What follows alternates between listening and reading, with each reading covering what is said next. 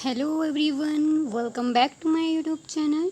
तो मैं आपके लिए लेकर आ गई हूँ बहुत ही इम्पोर्टेंट वीडियो जो कि BHDC 131 का हिंदी साहित्य का इतिहास। तो यहाँ पे मैं आपको बताऊँगी कि क्या आपको जो है इम्पोर्टेंट क्वेश्चन पूछे जाते हैं एग्ज़ाम के लिए, और आपको जो है अच्छे से अगर आपको पास करना है, आसानी से पास करना है, तो आपको किस तरह से जो क्या पढ़ के जाना चाहिए और आप जो है पास हो जाओगे। तो सबसे पहले मैं आपको बता दूं कि ये 100 मार्क्स का जो है क्वेश्चन पेपर आता है, और आपको पासिंग मार्क्स अगर देखें तो 35 मार्क्स जो है एनफ होते हैं पास होने के लिए। तो ज़्यादा मुश्किल नहीं होता, लेकिन बहुत सारे मतलब स्टूडेंट को हिंदी मतलब बहुत ही डिफ़िकल्ट लगती है, तो इसलिए थोड़ी सी मुश्किलात आ सकती है, या फिर राइटिंग में मुश्किलात आ सकती है, क्योंकि यहाँ पे जो है मात्राएं या वो सब चीज़ें जो हैं वो चीज़ें थोड़ी सी दिक्कत होती है। वरना नहीं तो बहुत ही अच्छे से जो है आप लिख सकते हो। अपनी लैंग्वेज है आपकी हिंदी, तो खुद से भी बना सकते हो, ठीक है ना। तो चलिए, सबसे पहले जो है फर्स्ट ब्लॉक है ये, यानी कि खंड 1 जो है। तो यहाँ पे जो है आपको हिंदी साहित्य का आरंभ और विकास बताना है। मतलब आरंभ, स्टार्टिंग, और इसका जो है विकास, ठीक है ना। तो इकाई 1 में जो है काल विभाजन और नामकरण होता है, और इकाई 2 की बात करें तो आदिकालीन काव्य धाराएं होती हैं, और इकाई 3 में भक्ति आंदोलन, परिस्थितियाँ और सामान्य विशेषताएं होती हैं, ठीक है ना। तो चलिए, इम्पॉर्टेंट की बात करें तो जो इकाई 1 है वहाँ पे आपको ये पूछ सकता है कि काल विभाजन के मतलब कारण क्या हैं, ठीक है ना। काल विभाजन के कारण क्या रहे हैं, और उसका जो नामकरण भी पूछ सकते हैं, क्योंकि काल विभाजन और उसके नामकरण, तो जो नामकरण है उसके बारे में पूछा जा सकता है। और आदिकालीन काव्य धाराएं जो हैं, इकाई 3 का भक्ति आंदोलन पूछा जाता है। अब नीचे जाके मैं आपको बताती हूँ कि क्या जो है इम्पोर्टेंट है, ठीक है ना। तो ये है फर्स्ट की बात करें तो यहाँ पे जो है नीचे चले आएंगे हम। यहाँ पे जो है इम्पॉर्टेंट चीज़ आपको यहाँ पे ये पूछी जाएगी कि जो काल विभाजन है, काल विभाजन और नामकरण की आवश्यकता क्यों पड़ी, मतलब ये ज़रूरी क्यों हो गया था करने के लिए। और काल विभाजन और नामकरण का आधार तो मतलब मुझे नहीं लगता पूछा जा सकता, लेकिन काल विभाजन और नामकरण की आवश्यकता क्यों पड़ी ये पूछा जा सकता है। और मेन मैं बता दूं कि इसलिए पड़ी थी क्योंकि हम अच्छे से जो है इसको अपने मतलब अपना जो इतिहास है उसको अच्छे से समझने के लिए इसकी ज़रूरत पड़ी थी, क्योंकि जो काल विभाजन है उसके हिसाब से अगर हम किसी भी चीज़ को मतलब कुछ भी चीज़ समझनी है तो उसको हम काल विभाजन से, यानी कि विभाजन करके अच्छे से समझ सकते हैं। मतलब 1 टॉपिक, 2 टॉपिक, 3 टॉपिक, तो इस तरह से जो है हम अच्छे से समझ सकते हैं। अगर सब कुछ एक साथ ही होगा तो हम कैसे समझेंगे, ठीक है ना। तो ये चीज़ है। फिर उसके बाद हिंदी साहित्य के काल विभाजन की समस्या। तो जो हिंदी समस्या के बारे में पूछा जा सकता है, हिंदी साहित्य के काल विभाजन के विभिन्न प्रयास, और जो समस्या है उसके बारे में पूछा जा सकता है कि उसकी समस्या क्या थी। तो समस्या अगर हम थोड़ा सा मैं बात करूँ, समस्या ये थी कि बहुत ही सारे हमारे जो कवि हैं उन्होंने जो है मतलब अलग अलग इसका जो है टाइमिंग, अलग अलग चीज़ें बताई हैं, ठीक है ना। तो जो आचार्य रामचंद्र शुक्ल हैं उनका ही ज़्यादा हम मानते हैं, लेकिन सभी ने जो है, हज़ारी प्रसाद द्विवेदी हो गए हैं, सब ने जो है प्रयास किया है काल विभाजन करने का। तो ये चीज़ें उसमें हैं। फिर जो नामकरण की बात करें तो जो आदिकाल, भक्तिकाल, रीतिकाल और आधुनिक काल ही जो है, ये 4 काल जो है ज़्यादा माने जाते हैं। तो इनका जो टाइमिंग आपने देख लेना है, तो ये पूछा जा सकता है। फिर उसके बाद जो है आधुनिक युग के विभिन्न कालखंड और उनका नामकरण। तो जो आधुनिक युग के भारतेंदु युग है, द्विवेदी युग है, छायावाद युग है, उत्तर छायावाद, प्रगतिवाद, प्रयोगवाद, और ये सब चीज़ें जो है इम्पोर्टेंट क्वेश्चन है। अगर आपको वहाँ पे पूछा जा सकता है, अगर आपको ये पूछे कि आधुनिक युग के विभिन्न काल खंड और उनका नामकरण क्या है, तो आपको ये यहाँ से लिख लेना है, ठीक है ना। तो अब मैं पूरा ज़्यादा जो है आपको मैंने ऊपर ही बता दिया, तो मुझे नहीं लगता कि मैं नीचे जाऊँगी पूरा। क्योंकि मैं आपको इम्पोर्टेंट क्वेश्चन बता रही हूँ तो यहाँ से ही मैंने आपको बता दी है कि इकाई 1 में ये पूछा जाएगा। फिर उसके बाद जो है इकाई 2 की बात करें तो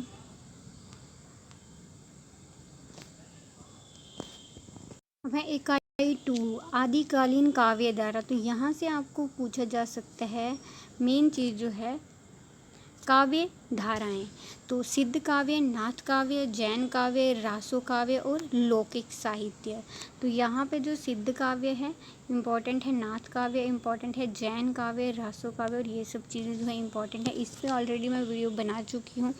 प्लेलिस्ट में मैंने जो है मैंने ये तीनों एक जो ब्लॉग पूरा मैंने कंप्लीट कर रखा है, इस पे वीडियो मैं बना ली है मैंने, तो वो आप देख लीजिएगा कि बहुत ही अच्छे से मैंने वहाँ पे समझाया है डिटेल में। तो यहाँ पे मैं आपको नहीं समझाऊंगी, लेकिन ये चीज़ यहाँ पे इम्पॉर्टेंट है कि आपको काव्य धाराएँ पूछी जा सकती हैं। फिर उसके बाद जो क्वेश्चन ये आएगा कि हिंदी साहित्य आदिकाल में लिखी गई रचना का परिचय दीजिए, आदिकाल की प्रमुख विशेषताएं और प्रवृत्तियों पर चर्चा कीजिए। तो आपको क्वेश्चन यहाँ से ये पूछा जा सकता है कि आदिकाल की प्रमुख विशेषताएं और प्रवृत्तियों को चर्चा कीजिए कि उसकी जो प्रमुख विशेषताएं क्या हैं और प्रवृत्तियां क्या हैं। तो ये सब क्वेश्चन जो है आता है, ठीक है। तो ये इम्पोर्टेंट क्वेश्चन है ये वाला, और बाकी यहाँ से यही आता है। चलते हैं। अब है भक्ति आंदोलन परिस्थितियाँ और सामान्य विशेषताएं, इकाई 3 में आ चुके हैं। यहाँ पे आपको इम्पोर्टेंट चीज़ अगर पूछी जाए तो भक्ति काल का अर्थ और स्वरूप बहुत ही इम्पोर्टेंट क्वेश्चन है जो कि एग्ज़ाम में आता है। ये पूछा जाता है कि भक्ति काल का अर्थ और स्वरूप क्या है। अर्थ क्या होता है, अर्थ क्या मतलब मीनिंग क्या है, और स्वरूप क्या है यानी कि उसका रूप क्या है। तो ये चीज़ आपको जो है बतानी है, और ये भी मैंने जो है अच्छे से समझाया है अपनी वीडियो में, तो वो आप वहाँ से देख लीजिएगा, ठीक है ना। यहाँ पे इम्पॉर्टेंट चीज़ें बता रही हूँ, तो ये चीज़ है। फिर उसके बाद भक्ति आंदोलन विविध परिस्थितियों के बारे में पूछा जाता है।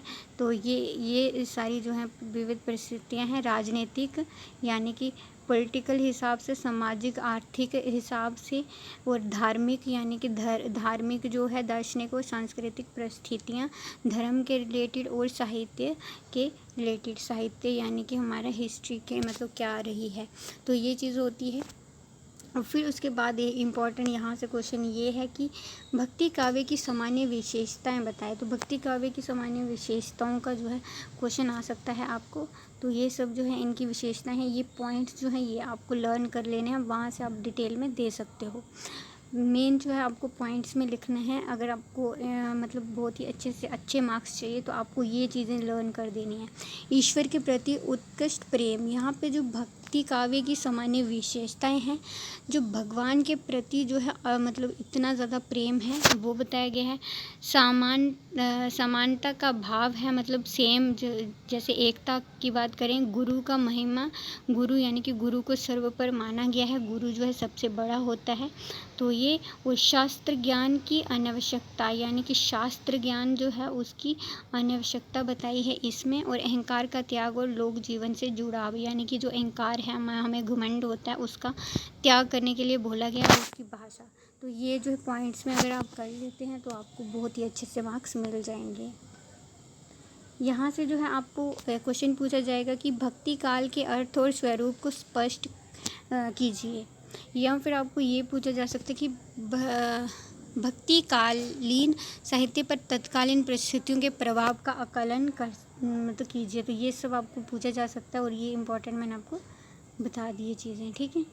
चलिए अब हम ब्लॉक 2 में जाएंगे, और ब्लॉक 1 में जो है आपको यही 3 इकाई थी जो कि मैंने आपको इम्पोर्टेंट क्वेश्चन बता दिए इसमें से। तो इसका तो मैंने एक ब्लॉक जो है बहुत ही अच्छे से समझा रखा है। तो अब सेकंड ब्लॉग जो स्टार्ट किया, लेकिन टाइम नहीं मिल रहा तो इसलिए मैं बना नहीं पा रही हूँ इस पर वीडियो, लेकिन आगे जाके मैं पूरा कंप्लीट कर दूँगी। तो मैं आपको इम्पोर्टेंट क्वेश्चन बताऊँगी। तो ये चीज़ चलिए नेक्स्ट में। अब है ब्लॉक 2 भक्ति काव्य धाराएँ। इकाई 4 है, यहाँ पे जो है संत काव्य धारा पूछी जाएगी। इकाई 5 सूफी काव्य धारा, और इकाई 6 में कृष्ण भक्ति काव्य धारा, और इकाई 7 में जो है राम भक्ति काव्य धारा पूछी जाएगी। तो यहाँ पे जो संत के बारे में बताया जाएगा, यहाँ पे जो बहुत ही इम्पोर्टेंट जो ब्लॉक 2 है बहुत इंपॉर्टेंट है। यहाँ से भी क्वेश्चन जो आते हैं राम भक्ति काव्य धारा और कृष्ण भक्ति काव्य धारा के बारे में पूछते हैं। तो ये जो है दोनों ही इम्पोर्टेंट है, और सूफी काव्य धारा भी पूछते हैं। तो यहाँ पे हम नीचे आ जाते हैं। इसका जो है यहाँ पे आपको बहुत ही अच्छे से दिया गया है, यहाँ से ही दोस्तों दिए हैं।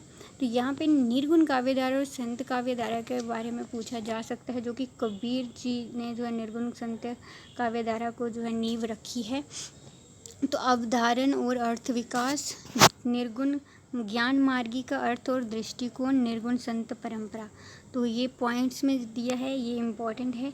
और प्रमुख निर्गुण संत कवि। तो चलिए, निर्गुण संत कवियों का समाज सुधारक रूप। तो जो समाज को सुधारने का जो निर्गुण का जो क्या मतलब जरिया था कि उन्होंने समाज को एक नई चीज़ दी है, तो ये जो है यहाँ पे ये बता रहा है। और निर्गुण संत काव्य की सामाजिक सांस्कृतिक भाव भूमिका विशेष। तो ये जो निर्गुण काव्यधारी थी वो निर्गुण मतलब ईश्वर का जो है मतलब विश्वास करते थे, ठीक है ना, उनकी भक्ति करते थे। निर्गुण इसमें भी जो है राम तो थे, लेकिन ऐसा नहीं था। वो जो मतलब उसमें ऐसा बताते थे कि निर्गुण है, भगवान जो है निर्गुण है, उसकी कोई मूर्ति नहीं है। जो मतलब निर्गुण काव्यधारा में वो बोलते थे कि मूर्ति नहीं है, वो ऐसे हमारे अंदर अगर हम ढूंढेंगे तो हमें वहीं पे भगवान मतलब आत्मा में ही हमारा भगवान बसता है। और हम बाहर जो है बाहर के आडंबरों में उसको ढूंढते हैं, मंदिर मस्जिद या बाकी जगहों में ढूंढते हैं, लेकिन ऐसा नहीं है। निर्गुण भक्त काव्यधारों का भक्त कवियों का यही जो मत था, ठीक है ना। फिर है निर्गुण संत काव्य जो है ये तो संत काव्य में राम है और संतों के दार्शनिक सिद्ध है। निर्गुण का जो कि मैंने आपको बता दिया। ऐसे ही छोटा छोटा जो मतलब इसके बारे में बता रही हूँ मैं आपको। निर्गुण संत काव्य पर अन्य दर्शनों का प्रभाव। तो जो सूफी के प्रेम दर्शन का प्रभाव था, नाथों सिद्ध का प्रभाव था, और वैष्णव चिंतन था, ठीक है ना। तो ये चीज़ जो है यहाँ पे क्वेश्चन ये बनता है कि भक्ति काव्य में निर्गुण की अवधारणा के बारे में क्या है, मतलब अवधारणा क्या है, या फिर संत काव्य की अवधारणा और उसके अर्थ विकास की जानकारी दीजिए। मतलब इस तरह तो नहीं पूछेंगे, लेकिन आपको बोलेंगे कि संत काव्य की अवधारणा और उसके अर्थ का विकास बताइए। तो निर्गुण संत कवियों की परंपरा के विषय में बताइए। तो ये सब नहीं, मतलब आपको यही चीज़ जो मैंने ऊपर बताई वही जो है पूछी जा सकती है, ठीक है। तो आई होप आपको यहाँ तक समझ में आ चुका होगा। अब जाते हैं हम नीचे, क्योंकि डिटेल में नहीं पढ़ाऊँगी, इसके लिए जो है अलग से वीडियो, क्योंकि बहुत ही ज़्यादा लेंथी चैप्टर है, तो इसको ऐसे नहीं पढ़ा सकते, क्योंकि अच्छे से नहीं पढ़ा पाऊँगी। तो इसमें यहाँ इम्पॉर्टेंट क्वेश्चन ही मैं आपको बता सकती हूँ, ठीक है। अब है इकाई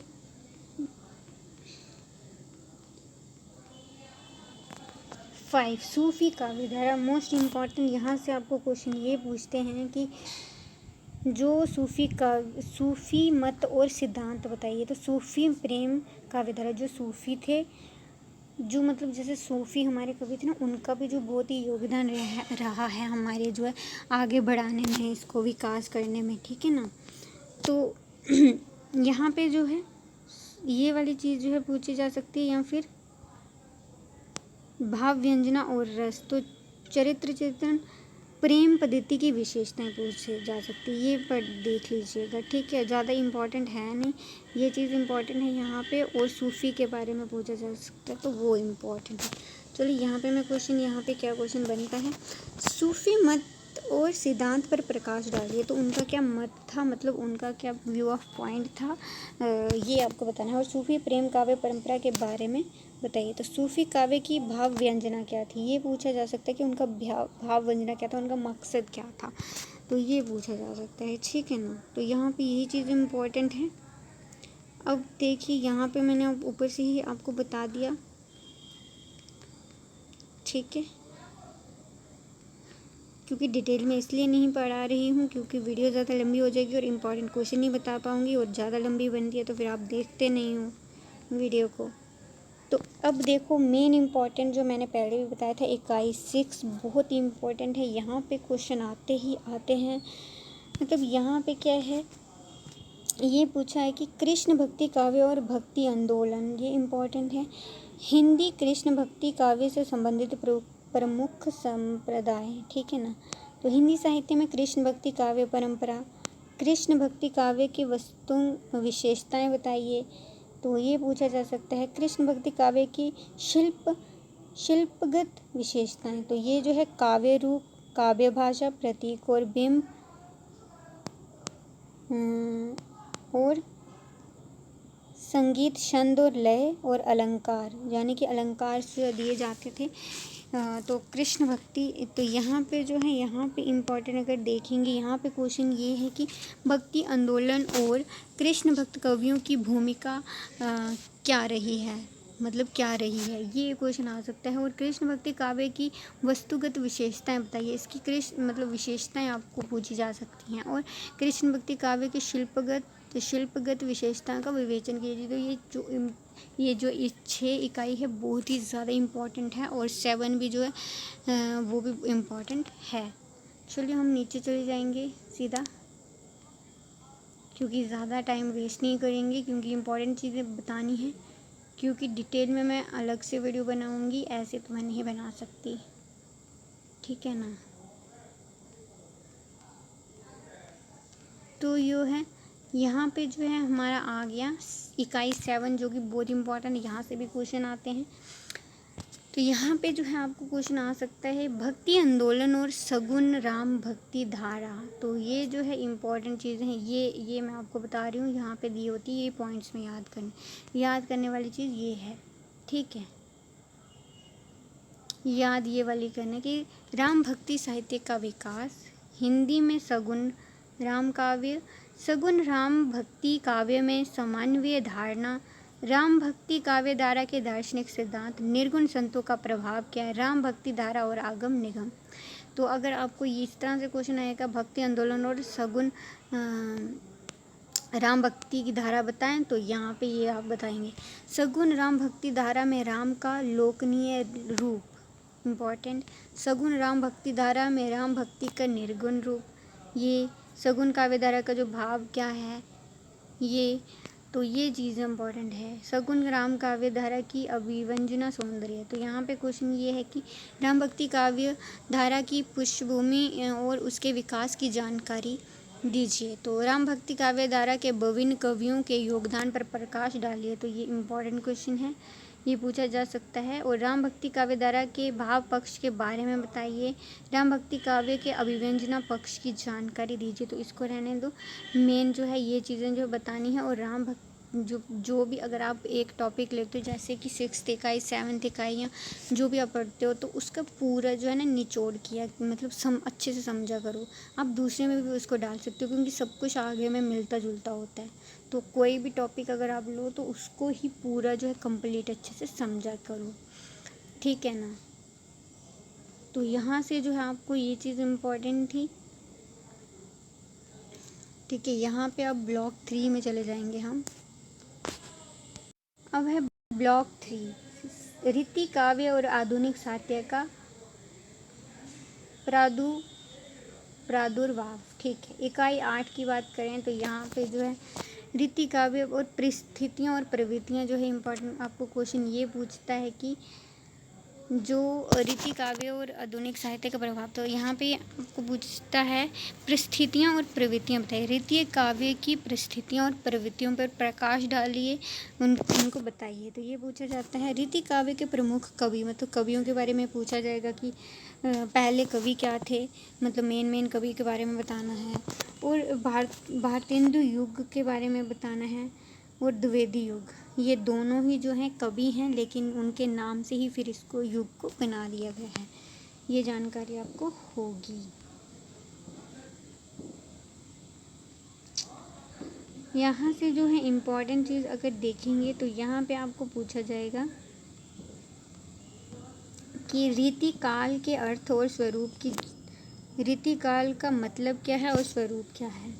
रीति काव्य की प्रमुख प्रवृत्तियों पर प्रकाश डालिए, ये पूछा जा सकता है। और उनके कवि, ये 2 इम्पोर्टेंट है यहाँ से, ठीक है ना। क्योंकि कुल मिला के आपको जो सबके बारे में जो नॉलेज रखनी है थोड़ी बहुत, अगर आपको पास होना है।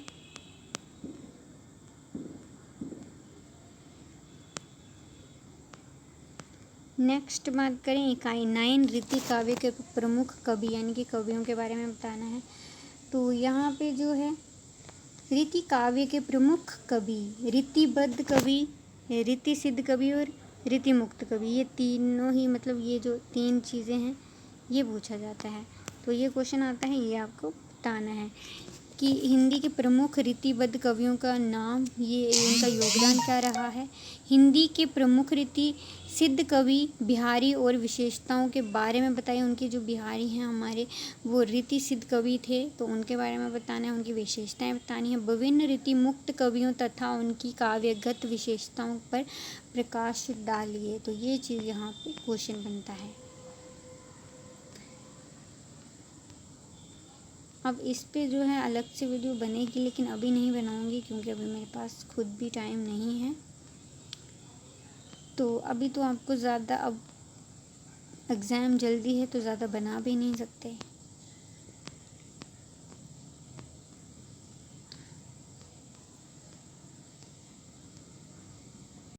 अब है भारतेंदु युग, इकाई 10 की बात करें तो यहाँ पे इनका जो भारतेंदु युगीन हिंदी साहित्य की पृष्ठभूमियाँ जो हैं राजनीतिक मतलब यहाँ पे है जो 1857 का स्वतंत्र संघर्ष के नव जागरण, राजनीतिक पृष्ठभूमि, सामाजिक पृष्ठभूमि और साहित्यिक पृष्ठभूमि में कुल मिलाकर जो यहाँ पे यही चीज़ें बताते हैं। ये सब राजनीतिक और समाज की और साहित्य की पृष्ठभूमि ये सब बताते हैं। और भारतीय युगीन की हिंदी गद्य और पद दोनों ही जो है इम्पॉर्टेंट है। यहाँ से क्वेश्चन पूछा जा सकता है, गद्य और पद, ठीक है ना। गद्य क्या होता है, जो कि मतलब हमारे जो गद्य में लिखी जाती है कहानी वगैरह, ठीक है ना, कहानी उपन्यास ये सब गद्य में लिखे जाते हैं। और पद की बात करें तो यहाँ पे कविता वगैरह लिखी जाती है, जैसे हमारे ग्रंथ हैं उनको जो है काव्य में लिखा जाता है, तो ये सब पद में आते हैं, ठीक है। भारतेंदु युगीन हिंदी साहित्य की विशेषताएं, तो यहाँ पे विषय वस्तु और भाषा शैली के बारे में पूछ लेते हैं। तो भारतेंदु युगीन की विशेषताएं बतानी है। भारतेंदु युगीन साहित्य का महत्व क्या था, ये सब बताना है बस।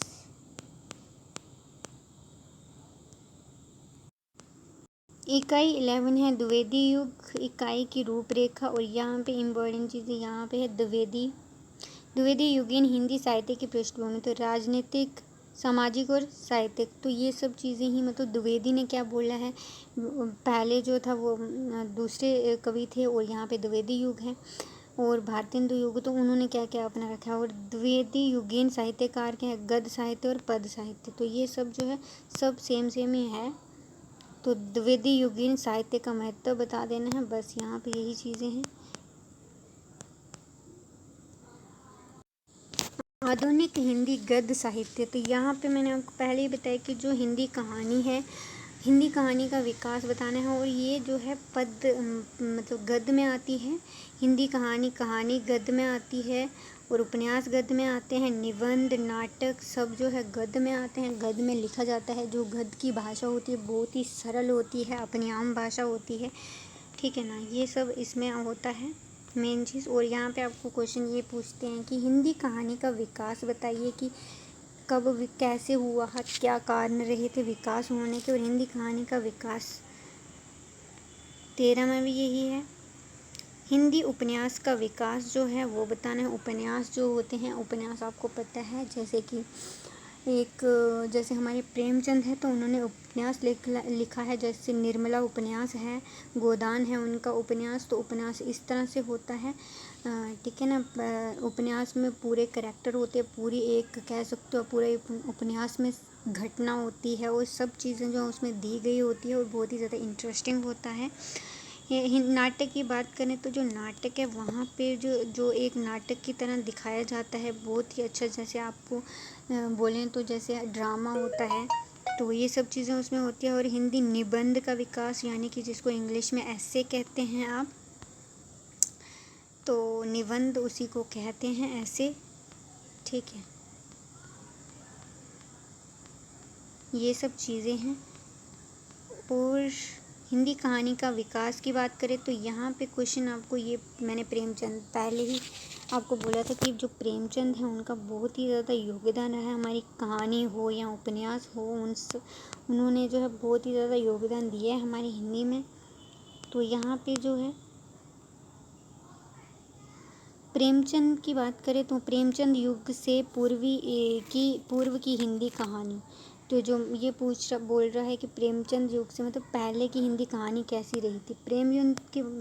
प्रेमचंद युग की बात करें तो प्रेमचंदोत्तर कहानी है का सारांश है। तो यहाँ पे क्वेश्चन ये होते हैं कि प्रेमचंदोत्तर युग में किस विद्या में हुए विकास की जानकारी है। तो विद्या के रूप में आधुनिक कहानी की विशेषताएं बताएं। हिंदी की प्रारंभिक कहानियों का विकास और उसके बाद प्रारंभिक यानी कि स्टार्टिंग में क्या था वो चीज़ें आपको यहाँ पे बतानी है, बस ज़्यादा मुश्किल नहीं है। तो यहाँ पे जो है 13 इकाई में दिया गया हिंदी कहानी का विकास, और जो कि हिंदी कहानी का विकास क्वेश्चन आपको ये पूछा जाता है कि हिंदी कहानी का विकास बताइए, या हिंदी कहानी के विकास के कारण क्या रहे, ये सब पूछा जा सकता है। और नई कहानी क्या है, ये सब क्वेश्चन में आता है। तो हिंदी कहानी में हुए विभिन्न कहानी आंदोलन के बारे में बताइए, ये पूछा जा सकता है। नई कहानी की रचनात्मक के बारे में बताइए, ये पूछा जाता है क्वेश्चन में और आया भी है प्रीवियस ईयर्स में। और हिंदी कहानी में स्त्री स्वर की विशेषताएं, तो ये जो नारी है उसके स्वर की विशेषताएं बतानी है, ये सब पूछा जा सकता है। और समकालीन कहानी के प्रमुख बिंदुओं को रेखांकित कीजिए, तो ये जो है आपको बताना है इसमें। हिंदी उपन्यास का विकास, जो उपन्यास की बात करें तो यहाँ पे जो है हिंदी उपन्यास का उद्भव और आरंभ विकास बताना है। यहाँ पे प्रेमचंद का बहुत ही बड़ा योगदान रहा है उपन्यास में। तो प्रेमचंद का आविर्भाव और हिंदी उपन्यास का विकास को देख लेना है, ये क्वेश्चन पूछा जा सकता है। प्रेमचंदोत्तर उपन्यास यानी कि उनका कैसा रहा है उपन्यास का सफ़र।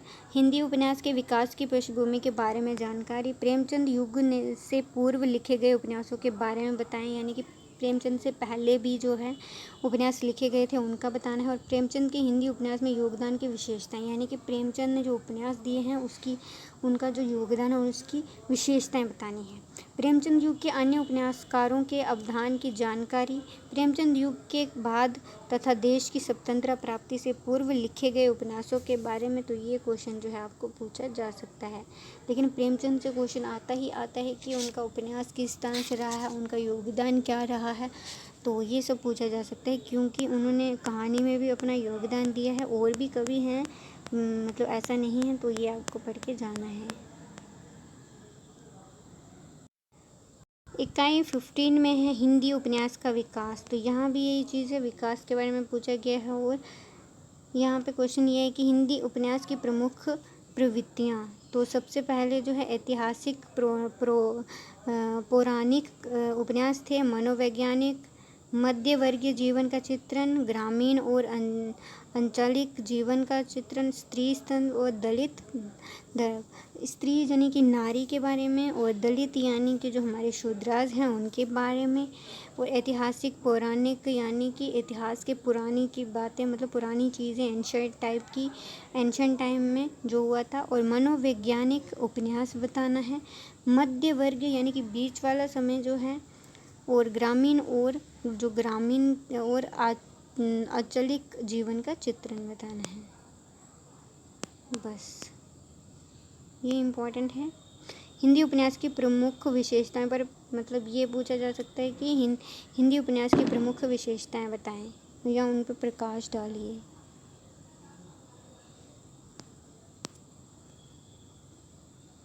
हिंदी नाटक का विकास, यानी कि नाटक की बात करें तो यहाँ पे जो है भारतेंदु युगेन हिंदी नाटक है, भारतेंदु जी ने लिखे हैं, द्विवेदी ने लिखे हैं, प्रसाद जी हैं उन्होंने लिखे हैं। और यहाँ पे जो है गीत नाट्य, हिंदी एकांकी, रेडियो नाटक और नुक्कड़ नाट्य 4 टाइप के नाटक हैं। गीत यानी कि जिनको गा सकते हैं वैसे वाले नाटक, और हिंदी एकांकी वाले, रेडियो नाटक यानी कि रेडियो पे जो आवाज़ दी जाती थी वैसे वाले, और नुक्कड़ नाटक। तो ये सब इस तरह से होता है। इकाई 17 में दिए गए हिंदी निबंध यानी कि जो ऐसे होता है, अगर आप इंग्लिश में बात करें तो ऐसे होता है। और हिंदी निबंध का विकास कब हुआ है? शुक्ल पूर्व युग 1850 ईस्वी से 1920 की बात करें तो तब हुआ है। और जो है शुक्ल युग 1920 ईस्वी से 1940, वो शुक्लोत्तर युग जो है 1940 से आज तक की बात करता है।